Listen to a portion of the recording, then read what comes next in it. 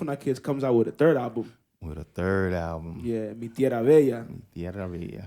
That's when things shifted there, but yeah, it was like a, it was like a new, like a new image. There was like, like basically everybody was gone, and and you had stood there, or whatever. So how was getting all of that what you call it the preparation for it and getting the people together, and it's just like, because I know by this time you have a lot more experience. And you're dealing with a lot of new cats or whatever and stuff like that. So I know you was the one, all right, guys, look, it's going to be this or it's going to be that. Or I may be jumping the gun, but you tell us about that. No, actually it was a lot of training in the process. Who was in it? Well, Tableta, he had experience. Jimmy Suazo had experience. Okay. But of course, it was trying to mold into the Garifuna Kids way. Yep. Torre was just getting started. Young Gotti was getting started. Wow. We had Budu, Puro. Yeah. He was there. Jerry was there. Jerry Lambert. So it was just a process, getting, and being that I was the only one that stood in the group, from the original Garifuna Kids. Yeah. I had to mold everybody into that style, even though I changed it a little, because you could hear it throughout the CD. So I changed it a little, but, we did what we had to do. Interesting, bro. Interesting. All right, so what you call it? And of course, shout out my fault. Shout out to Ivan Tamien that was in there, and Ronnie too. Okay. Ketchup. Yeah, man. Yo, so around that time, right? Like I said, like I mentioned before, most of the people that were in Garifuna Kids has went over to a new group called Garifuna Legacy. Yes. And I always wondered, how come out of everybody, Linky didn't go to Legacy? Maybe he wasn't supposed to, but that's just when you growing up, you look at things and it's just like, yo, why he ain't go with the rest of them? Actually, to be honest, I wasn't never told that was gonna happen, that they was gonna move on and form a different group. Okay. So I was never told until after the fact. So that's why I ended up just staying there with Garifuna Kids. Okay. So that's the only honest answer I can give you. Okay. I appreciate it. All right, yo. So we fast forward now, El Malapolia, bro. Jimmy Swazo's first solo album. Yes, sir. Yo, that album is like super incredible, bro. Like I still like when I hear, like, how you hear music and you just feel nostalgia all over again and all over again. There's a point where you get over it. I haven't got over that yet, or whatever. So yeah, bro, Malapolia, man. What was the plan for that? Matter of fact. The plan, actually, I think Jimmy always wanted to record, and actually, when I left Garifuna Kids, finally in June of '97, Jimmy was still in the group and Garifuna Kids, but I guess, it was a different feeling since I left. Like 2 months later, he came up to me and was like he wanted to record. So we actually started recording in August of that same year, and we finished, I think, in October. Okay. So it took like a year and 2 months. No, August of that year. August of that year in October. October the same year we finished. Oh, snap. Actually, it was only the whole album it was just three people that recorded that whole album. Okay. It was me, Jimmy, and Nino de Garifuna. Okay. So that was it. But it was my first solo production, as a producer. Yeah. And I'm glad, to this day, everybody, still love it. Yeah, bro, definitely. Okay, cool. So August of '97, y'all started. By October, y'all was done. And y'all did this in Jake's studio, right? Yeah. Okay. Up in Long Island. Okay, interesting. Yo, so the songs, like, Jimmy had them already, or what? Like, did he know exactly? He had to have known what he was gonna do. He actually had more songs than that. Oh. I remember he had a ballad, a slow jam, but we never did it. So we did the other one that's on there. Okay. On that CD. Okay. But yeah, he had it planned out what songs he wanted, and we just took it from there. You know. Interesting. Now the arrangements on Malapolia, are they all yours, or do y'all go half on that, or how is that? They're all mine. For real? They're all mine. The only one I would say is the Calypso Bungiu. Okay. I don't know if that's Jimmy's melody or if that's Milo's from Estrella Subo. Okay. Because I remember he used to sing that song when he was with Estrella Subo. Oh, okay. So that's the only one I don't know. But Yo, the Everything sound else that's is used on mine. Bungie, everybody could have sworn it was, because you was doing your thing with them leads. Well, I did the whole thing, but that melody, I don't know if it's Jimmy's or Milo's. Okay. But I did, the whole production on my Trinity. Oh, okay. Interesting. Yo, the arrangements on Malapolia really identified with the music and with Jimmy himself. That's why I asked you, like, yo, did y'all go half on the arrangements or was it all you? Because the arrangement on Nvidia is sick. Mm-hmm. The way you started the song with him and Nino. The ten and the ten and the ten and the ten and the ten and the ten and the ten. Yo, what was like? All right, around them times, what were your musical inspirations? Like before you get in the studio and do an album at that time, what was it that you were, prepping? Like how was it that you was preparing all of that?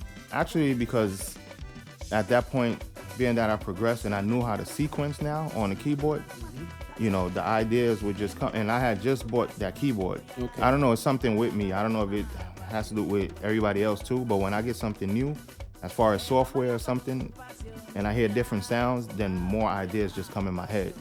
Okay. And I had just bought my M1, my Korg M1, and the Trinity. And once I heard all them sounds on the keyboard, I just started, using different sounds instead of the same typical sounds that you would hear in Garifuna music. Okay. So on Malapolia, you use the Trinity only. The Trinity and the sax, of course, is from the M1. M1. But the Trinity, I use, everything on that. Okay. Yo, so now when Malapolia drops, right? How long did it take for it to come into effect? I think it took effect, because Jimmy was known already. Okay. And, he wouldn't stay home. He would just be out, going to different places, selling the CD and trying to, get different things going. So, it got to the ears pretty quick. Okay. Pretty quick.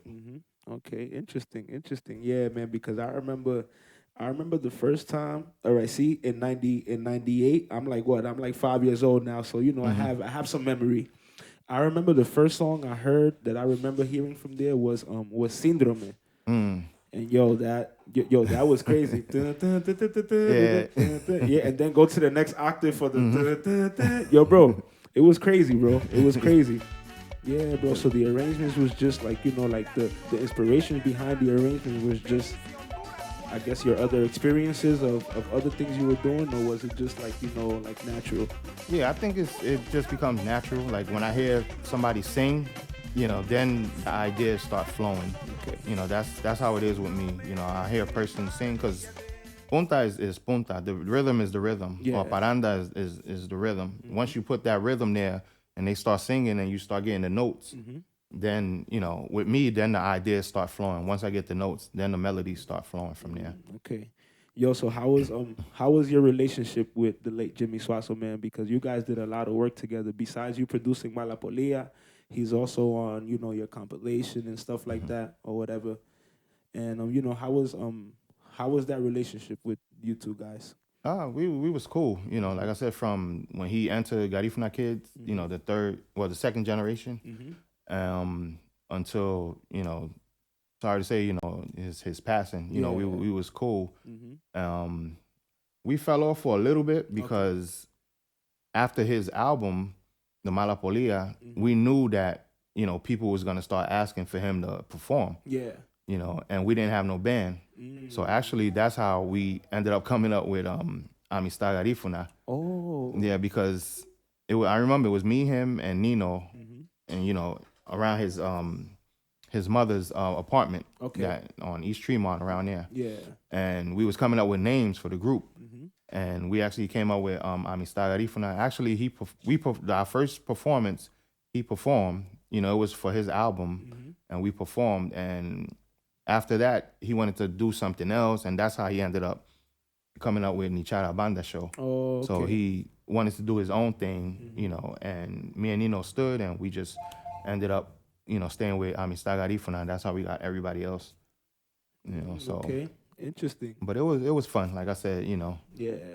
Yo, so now when you first met him, I'm sure I'm sure you had already knew who he was, because I seen you in a couple of Ubo parties, just dancing, not even performing or whatever. So did you guys knew each other?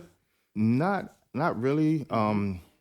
I know before he was in Garifuna Kids, when he was still with Ubo, he used to come to our rehearsals. Okay. And Garifuna Kids rehearsals in Brooklyn. Mm. So I knew him from that, and I knew him. He was like, I guess, the youngest in Yesterday Ubo. But I didn't really like encounter and have conversations with him until he came to Garifuna Kids. Okay, interesting.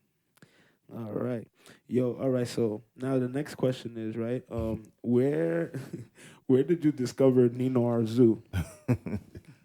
Nino, that's another story too. Actually, when I left Garifuna Kids in '97, I was just freelancing. A lot of band members knew that I left, so they wanted me to perform with them. Yeah. So I started helping out Grilla Impacto Okay. at one point. And I remember I went to their rehearsal a couple of times to rehearse the songs. And at the party they was playing that, I just see a skinny dude coming behind me, grabbing the keyboard. So I remember, Onan was like, "Oh, we gonna play Punta Raton, ya sabe." I was like, "All right," Yeah. So lo and behold, we started the song. Nino playing the keyboard alongside with me, and he started singing, and I just turned around like, "Yo, who is this dude?" He sounded, to me, I thought it was Chetty because they sounded alike. Okay. So, and from there, I knew that he was good, and I wanted to work with him, but I didn't know how to get in contact with him. So when we started the Malapolia album, Jimmy knew everybody. So I told Jimmy, I was like, "Yo, is this guy that that sings?" Because we was missing one song. Okay. That's how that song Pasión came on the album. Oh, wow. So I was like, I know this guy that, he's real good. He played with Grilla Impacto. Don't worry, I'll get him, Okay. And that's how Jimmy got him. Oh, wow. So that's how I, began to know Nino. Okay. So then you meet Nino, and then how does he tell you that that he's also into recording and he wants to do a solo album? After that, the song he recorded on the Malapolia album, okay, that's when he told me he wanted to record his own album. Okay. So from there, at the time I was living in the Bronx at the time too. Oh, okay. I lived there for about a year and a half, and I had the studio there, so it was easier for him, to come, to start recording. So that's how we started recording. He came, and I remember the first song was Warinera. Okay. So we started that. Then from there, we did the rest of the album like that. Okay. Yo, but that album is super creative too. I liked how you started his paranda. Ay, faradio. Yeah, it got like, the little slow jam thing or whatever. And everything that we talk about, we're going to be playing it in the background. You already know. All right. Or whatever and stuff like that. Yeah, so... All right, so that's Nino's first album. Yo, with Nino's first album, you did something that you probably wasn't even sure that you did, right? But in the early 2000s in Honduras, everybody started, playing around with the organ like how you did on La Perla. Yo, where does that come from, bro? I always wanted to know. That comes from, if you hear the first Casabe album, it's the song Mi Tradición. You hear it, it's the electric piano, but you hear it a little, and that's where I got it from. And I just used the organ. Okay. So I just started playing that, with the organ, and it just stuck from there. So So I could say I was the first one that started it with the organ. Yeah, exactly. And everybody else, copied from there. Okay, interesting. All right, so the next question I had here, we just spoke about that. That was how Garifuna, how Amistad Garifuna started, right? But yo, I feel like Amistad Garifuna, you had like different phases, right? In the beginning, yeah. Not as far as singers, as far as instrument players. Okay. Because we did have, in the beginning we had Kelvin Zapata. He was there. Yeah. Ivan was there. He was on the drums. Liso was there. Yeah, definitely. He was on the bass. And from there, things started, some guys didn't want to stay or they wanted to go somewhere else. Okay. So that's how we got other members in the group. Definitely. But we stuck it through. Yeah. Okay. That's interesting. Yo, so how was the Amistad Garifuna experience? Because because now you got different experience now from Garifuna Kids, and some people think that after Garifuna Kids it would just stop because that was like the biggest or whatever. But it's years after that now because we're talking about 99, 2000, 2001. or whatever. Yeah. So how was it like being in Amistad Garifuna, something that you created now this time? It was a great experience, because now you're dealing with different singers as far as Nino Azu and Tableta, so it was more of, like we could do more merengue, we could do bachatas, and of course the punta and paranda that we known of, we known by. Okay. So it was a great experience, and going to different places and dealing with different people. Yeah. So it was a lot of fun. It wasn't the the Garifuna kids, top, but it was good though. We were almost there to be honest, because we did go on I think Univision or one of those TV channel 41 or something like that. No, we went on the as show. Amistad Garifuna? Yeah, as Okay. Amistad Garifuna. So okay, interesting. That's what's up, man. Latinoamérica en